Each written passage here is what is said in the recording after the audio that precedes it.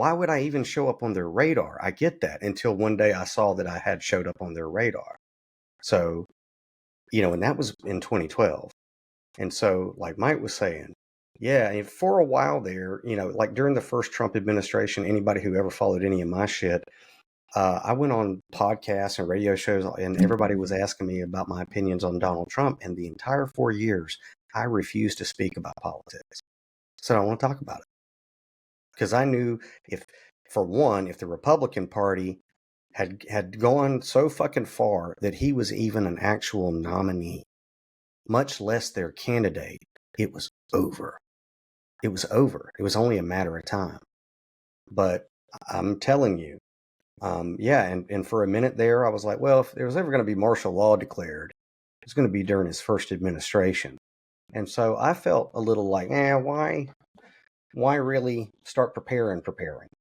But now, like it's not, it's coming. It's now. People are getting black bagged on the streets by the Gestapo, and they're being shipped to El Salvador and God knows where else. And I think a good bit of us were at the Warner Robins City Town Hall, and that's what Bishop was saying. Bishop was saying, there's nothing we can do. Don't look to your politicians. There is nothing that we can do. It's up to you people. There's nothing at all. There's not much we can do either. Whatever's going to happen is going to happen, because look at how they've been doing it and how they're going to continue to do it in little increments. Mm-hmm. Nobody's going to stop them from coming for the immigrants. Okay. It's very publicly being frowned upon by everyone, with the exception of those diehard Trump supporters. Okay.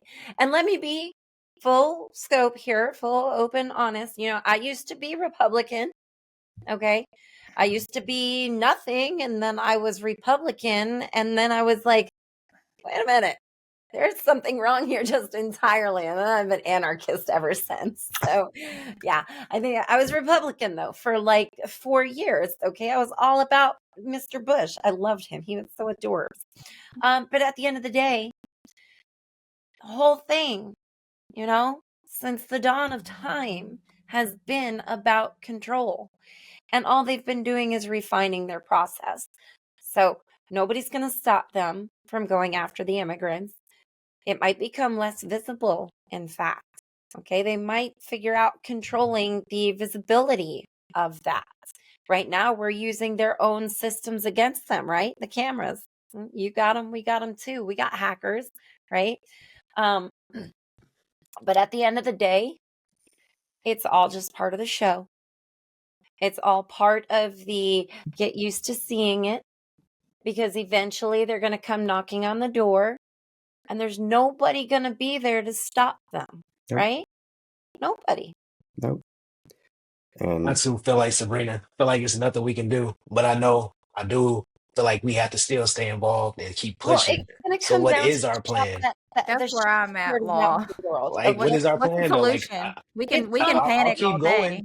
I'll keep going, but I feel like it's inevitable. It's not a plan. That's why. Yeah. No initiation of any freaking war has been on a plan, right? We all showed up to a scene at some point with the expectation that something was going to go down. Well, that historically has not stopped happening. Every time we went to a protest, every time you go to City Hall, you are putting up that wall of defense that's ready to shoot, that's ready to stand your ground, right? And you're just waiting for the attack.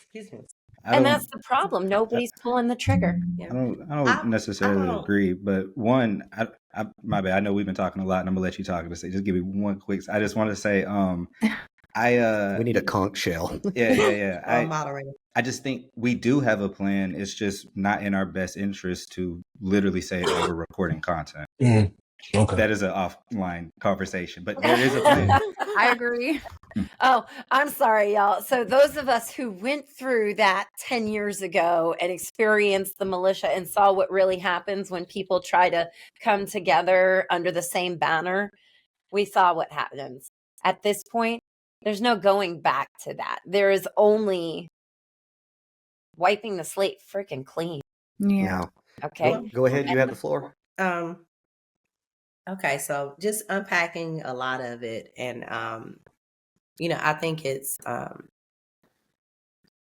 I think they've absolutely had a plan every time. Globally in the United States, when they've gone to war, they've actually had a plan, and they've carried out that plan. As far as this Insurrection Act, and just I posted about this a week after he signed all of those executive orders. Read through every executive order except for 2 of them, and could give you a little bit about most of them. And what I posted was, for my community, and that is that it's not just the southern border. Yes, Sabrina, as you're saying, it's a test. Let's see how they're going to respond to this. Let's see how they're going to respond to that. And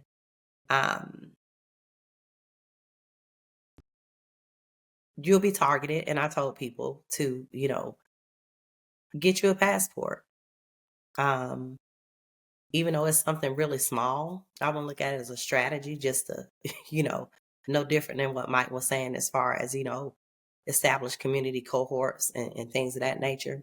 Even if you don't vote, register to vote, because as a citizen or a person that has, gone through the processes, you can't vote. So it's just certain things that, people should consider. This isn't foreign. I mean, this is, as I've referenced it on my post back then, it's basically having your freedom papers.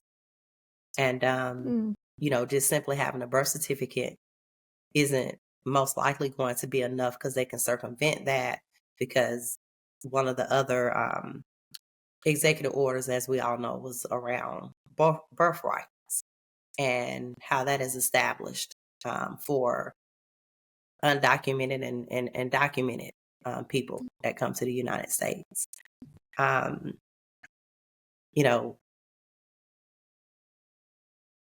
I feel everybody should have a passport. And sometimes you have to decide. There comes a point in life where you have to decide, is your freedom and your liberation only entitled to the United States of America? And it's not about, it's about the entire globe belonging to you. And so some people are going to need to make that decision. Personally, I'm not vested enough in America. The United States has not been kind to people that look like me, or me to fight for America on certain levels.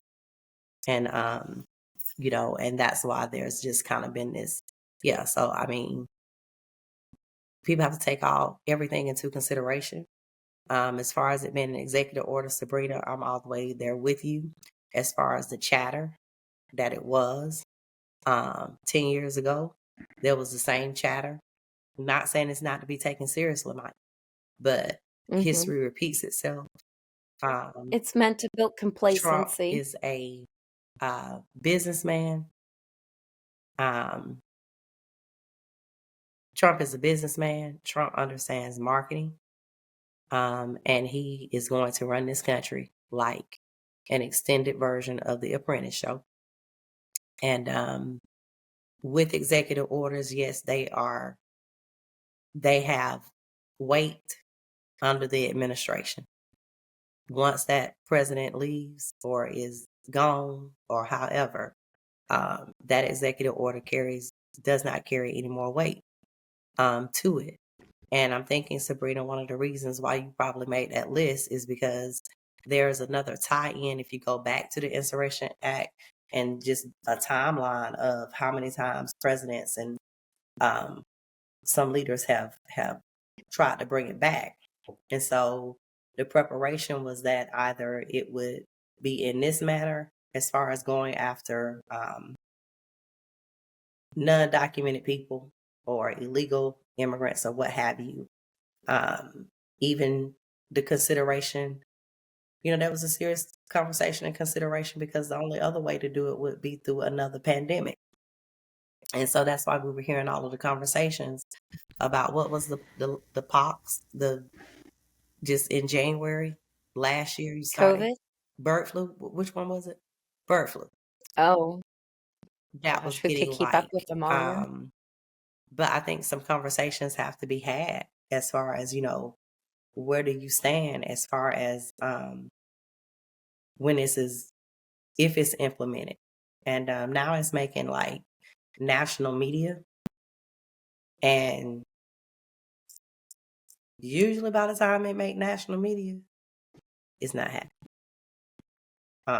Well, by the time it starts making national media. Yesterday I wasn't finding anything on it. I had to dig deep for it. Today, it's a discussion. And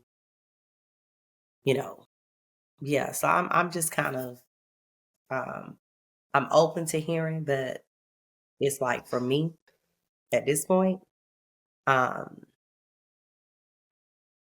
just tired of validating everybody else's oppression.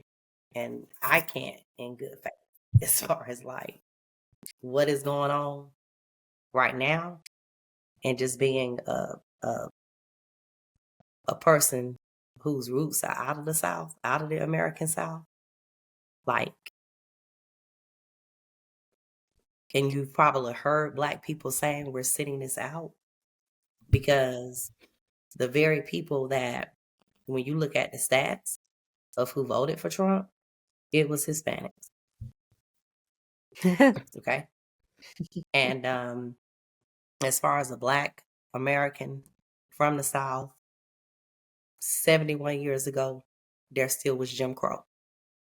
And knowing people that knew people that were lynched and knew people that fought that fight, and with a request for separate but equal, and somehow it gets turned into, all these other things.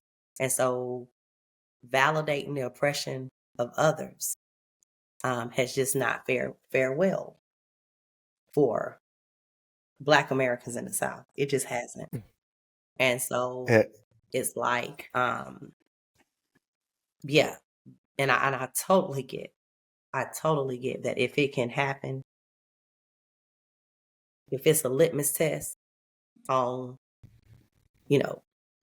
citizenship rights and immigrant rights, or who's here illegally, undocumented, documented, like, they're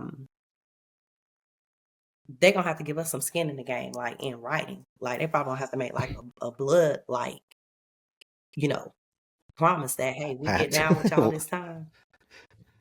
Y'all gonna speak up about A, B, C, D, E for me.